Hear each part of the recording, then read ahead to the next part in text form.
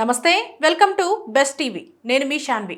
ఆ 7 జిల్లాల్లో ఒక్క సీటు కూడా గెలవని టీవీకే. కారణం ఇదే. రాజకీయాల్లో ఏకపక్ష విజయాలు ఎప్పుడూ సంపూర్ణంగా ఉండవు. ఒకవైపు అఖండ మెజారిటీతో అధికారం దక్కిందన్న ఉత్సాహం కనిపిస్తున్నా, మరోవైపు కొన్ని ప్రాంతాల్లో కనీసం ఒక్క సీటు కూడా గెలుచుకోలేకుండా పరాభవం పాలై నాయకుడిని ఆత్మరక్షణలో పడేస్తుంది. తమిళనాడు అంతటా దళపతి మేనియా విస్తృతంగా విస్తరించింది. కానీ కొన్ని కోటలు ఆ ప్రభంజనానికి లొంగలేదు. రాష్ట్రమంతా తన గలం వినిపిస్తుందని ఆశించిన విజయ్కి కొన్ని జిల్లాలు ఊహించని షాక్ ఇచ్చాయి. రాష్ట్ర వ్యాప్తంగా వీచిన మార్పు గాలి కొన్ని చోట్ల ఎందుకు ఆగిపోయింది? మద్దతు ఉందని భావించిన వర్గాలు ఓట్ల దగ్గరకు వచ్చేసరికి ఎందుకు వెనుకడుగు వేశాయి అన్నది ఇప్పుడు రాజకీయ విశ్లేషకులను వేధిస్తున్న ప్రశ్న.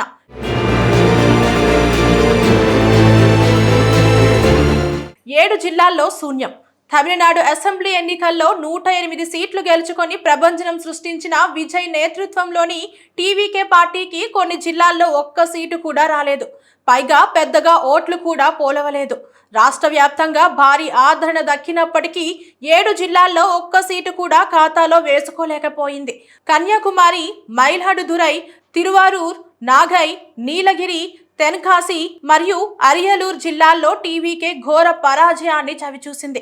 మెజారిటీ మార్కును దాటి ప్రభుత్వాన్ని ఏర్పాటు చేసే స్థాయికి వెళ్లినప్పటికీ 7 జిల్లాల్లో బోని కొట్టలేకపోవడం విజయ్ వ్యూహకర్తలను ఆలోచనలో పడేసింది. ప్రచారం వేరు, ఫలితం వేరు. ముఖ్యంగా నాగై, మైలాడుదురై జిల్లాలపై విజయ్ భారీ ఆశలు పెట్టుకున్నారు.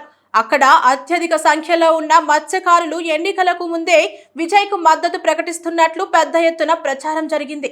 సినీ గ్లామర్తో పాటు వారి సమస్యలపై పోరాడుతారనే నమ్మకంతో మత్స్యకార వర్గాలు విజయ్ వైపు మొగ్గు చూపుతాయని రాజకీయ వర్గాలు భావించాయి. అయితే పోలింగ్ ముగిసి ఫలితాలు వచ్చేసరికి ఆ సానుకూలత ఓట్లుగా మారడంలో విఫలమైంది. సంప్రదాయ ఓటు బ్యాంకును చీల్చడంలో టీవీకే విఫలమవ్వడం, క్షేత్రస్థాయిలో బలమైన కేడర్ లేకపోవడం ఈ పరాజయానికి కారణాలని విశ్లేషకులు అభిప్రాయం వ్యక్తం చేస్తున్నారు.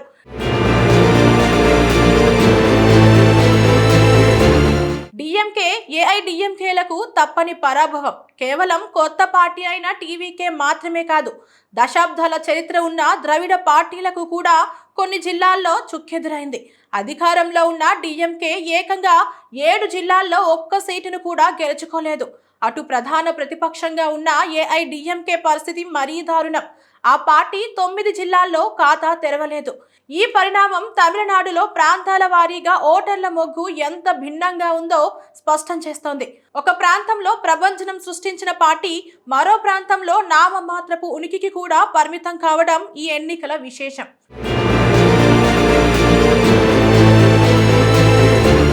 క్షేత్రస్థాయి బలంపై పునరాలోచన.